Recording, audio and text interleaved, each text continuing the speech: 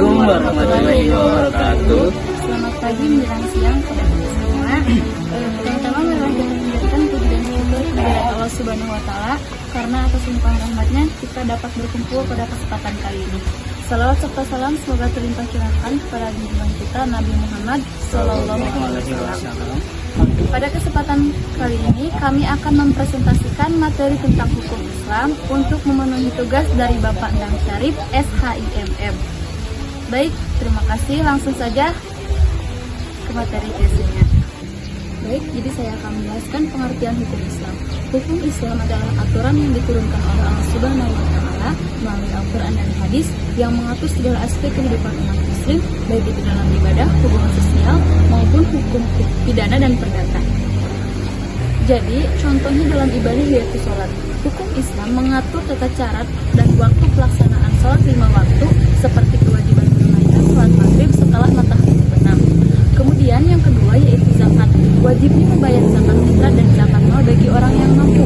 Karena itu adalah sebagai bentuk kepedulian terhadap sesama dan juga sebagai pembersihan harta. Lalu contoh yang kedua yaitu muamalah. Muamalah itu terbagi menjadi dua, menjadi hubungan sosial dan ekonomi. Yang pertama hubungan sosial yaitu pernikahan. Jadi hukum Islam itu mengatur syarat syahnya pernikahan termasuk adanya wali dan saksi, serta memberikan hak-hak dan kewajiban bagi suami istri. Selanjutnya dalam bidang ekonomi yaitu jual beli. Jadi aturan mengenai transaksi yang adil seperti larangan riba dan penipuan serta keharusan untuk menjelaskan kondisi barang yang dijual. Selanjutnya yang ketiga yaitu hukum pidana. Misalnya hukuman bagi pencuri. Dalam hukum Islam, pencurian dapat dikenakan hukuman potongan tangan jika memenuhi syarat tertentu. Kemudian adapun sanksi untuk perzinahan. Hukum Islam menetapkan hukum untuk perzinahan berdasarkan bukti yang kuat, misalnya seperti saksi yang memenuhi syarat. Terima kasih kepada moderator telah memberikan waktu kepada saya untuk memaparkan materi tentang hukum Islam. Kemudian saya akan melanjutkan materi tentang penerapan hukum Islam dalam kehidupan sosial dan budaya di masyarakat Indonesia. Penerapan hukum Islam dalam masyarakat Indonesia tidak terlepas dari pengaruh budaya lokal yang beragam, serta interaksi dengan hukum nasional.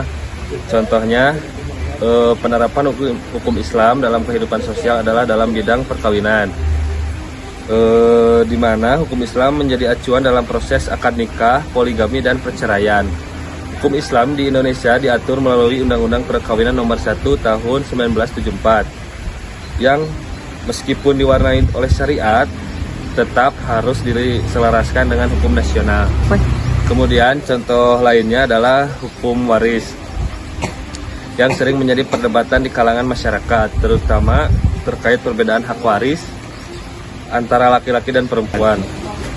Kompilasi Hukum Islam atau KHI di Indonesia menjelaskan secara rinci pembagian waris sesuai syariat, namun pada praktiknya banyak masyarakat yang menyesuaikan aturan tersebut dengan kesepakatan keluarga dan adat setempat.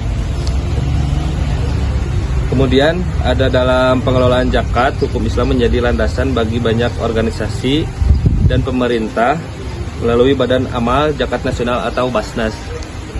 Pemerintah Indonesia mendukung pengelolaan zakat dengan hukum Islam, mengintegrasikan ke dalam kebijakan negara untuk memberdayakan masyarakat miskin sekaligus mendukung program sosial. Terima kasih. Terima kasih kepada moderator yang telah memberikan waktu kepada saya untuk memaparkan materi tentang hukum Islam menyesuaikan diri dengan perkembangan ilmu pengetahuan dan perubahan sosial, dan D. Peran Al-Quran dan As-Sunnah dalam mengatur hubungan antar manusia di masyarakat modern.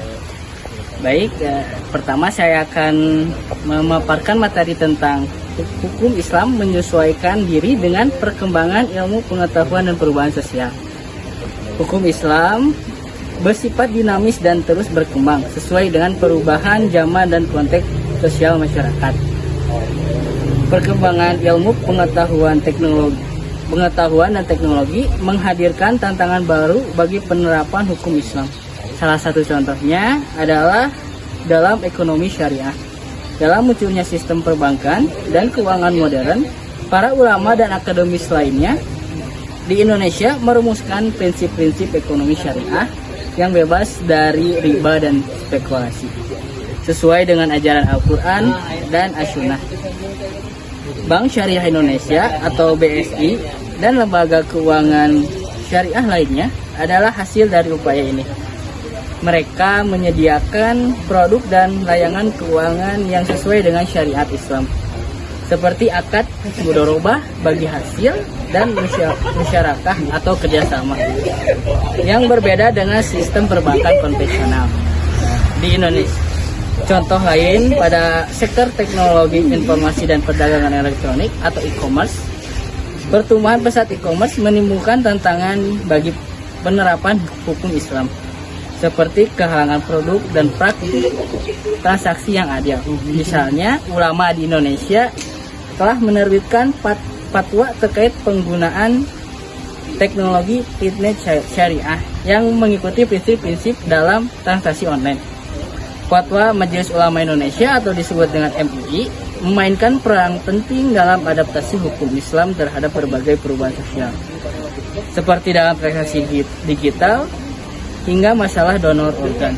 Hal ini menunjukkan bagaimana hukum Islam dapat merespon isu-isu adalah hasil dari upaya ini. Mereka menyediakan produk dan layanan keuangan yang sesuai dengan syariat Islam, seperti akad mudharabah bagi hasil dan musyarakah atau kerjasama, yang berbeda dengan sistem perbankan konvensional di Indonesia. Contoh lain pada sektor teknologi informasi dan perdagangan elektronik atau e-commerce, pertumbuhan pesat e-commerce menimbulkan tantangan bagi penerapan hukum Islam, seperti kehalangan produk dan praktik transaksi yang adil. Misalnya, ulama di Indonesia telah menerbitkan fatwa terkait penggunaan teknologi fitness syariah yang mengikuti prinsip-prinsip dalam transaksi online. Fatwa Majelis Ulama Indonesia atau disebut dengan MUI memainkan peran penting dalam adaptasi hukum Islam terhadap berbagai perubahan sosial, seperti dalam transaksi digital hingga masalah donor organ. Hal ini menunjukkan bagaimana hukum Islam dapat merespon isu-isu kontemporer yang belum ada pada zaman Nabi Muhammad, tetapi tetap berlandaskan pada prinsip-prinsip dasar syariat. Seterusnya, saya akan melanjutkan materi tentang peran Al-Quran dan As-Sunnah dalam mengatur hubungan antar manusia dan masyarakat modern. Baik, terima kasih kepada moderator yang telah memberikan kesempatan saya untuk melanjutkan materi tentang hukum Islam ini. Di sini saya ingin melanjutkan materi tentang hukum Islam, yaitu tentang peran Al-Quran dan As-Sunnah dalam mengatur hubungan antara manusia di masyarakat modern. Al-Quran dan As-Sunnah menjadi landasan etis dan hukum dalam mengatur hubungan antar manusia, baik dalam konteks pribadi, keluarga, maupun sosial. Dalam masyarakat modern Indonesia, prinsip-prinsip yang terkandung dalam kedua sumber hukum dan kewajiban antara suami dan istri, orang tua dan anak. Peraturan Mahkamah Agung telah menerapkan berbagai aturan berbasis syariah untuk menyelesaikan kasus-kasus seperti perceraian, nafkah, dan hak asuh anak di Indonesia ini. Contohnya dalam hal perceraian, Pengadilan Agama berpegang teguh terhadap Al-Quran dan As-Sunnah, namun tetap memberikan ruang untuk mempertimbangkan keadaan sosial bagi hak-hak perempuan dalam pernikahan. Dalam konteks hubungan sosial dan ekonomi, prinsip keadilan dan solidaritas diatur dalam Al-Quran, tercermin dalam pengelolaan zakat, infak, dan sedekah. Pemerintahan Indonesia melalui perundang-undangan pengelolaan zakat nomor 23 tahun 2011 mendukung konsep ini sebagai bentuk redistribusi kekayaan dan kemudian soal terhadap fakir miskin. Selain itu, hubungan antara manusia dalam lingkup kerja dan transaksi bisnis juga diatur oleh syariat terutama terkait etika bisnis dan perdagangan yang jujur dan adil. Contohnya adalah penerapan hukum muamalah dalam bisnis syariah, seperti di perusahaan yang terdapat di Bursa Efek Syariah Indonesia, yang memastikan bahwa transaksi bisnis tersebut bebas dari unsur riba ataupun ketidakpastian ataupun perjudian. Adapun Al-Quran dan As-Sunnah itu untuk menyelesaikan konflik dan keadilan. Al-Quran memberikan pedoman untuk menyelesaikan konflik secara damai. Dalam konteks masyarakat modern, ini berarti pentingnya menggunakan prinsip musyawarah, dialog, dan arbitrase yang adil untuk menyelesaikan masalah tanpa kekerasan. Dan seterusnya ada tanggung jawab dan amanah. Baik Al-Quran maupun As-Sunnah menekankan pentingnya memegang amanah dan tanggung jawab, baik dalam hubungan pribadi, profesional, maupun dalam pemerintahan. Dalam masyarakat modern ini, nilai ini sangat penting untuk menjaga integritas, transparansi, dan kepercayaan dalam hubungan antar manusia. Secara keseluruhan, Al-Quran dan As-Sunnah ini memberikan panduan etika dan moral yang membentuk masyarakat yang adil, damai, dan sejahtera, sekaligus tetap relevan dan aplikatif di tengah perubahan zaman dan kompleksitas masyarakat modern.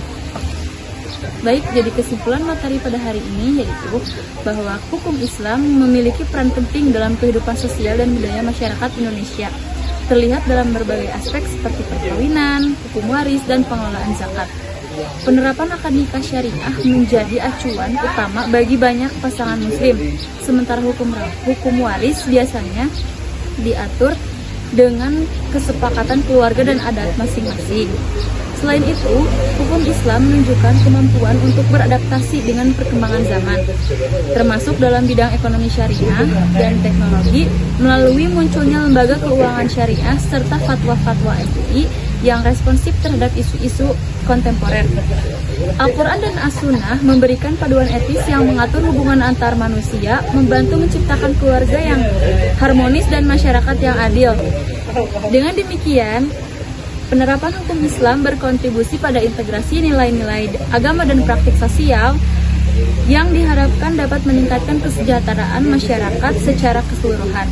Dukungan dari pemerintah, dari lembaga keagamaan, dan masyarakat sangat diperlukan bahwa memastikan hukum Islam dapat diterapkan dengan baik dan relevan dalam konteks modern. Terima kasih. Demikian materi yang dapat kami sampaikan, semoga bermanfaat bagi kita semua. Terima kasih atas perhatiannya. Baik, apabila ada yang ingin menanyakan, silahkan untuk bertanya. Wabillahi taufiq wal hidayah. Wassalamualaikum warahmatullahi wabarakatuh.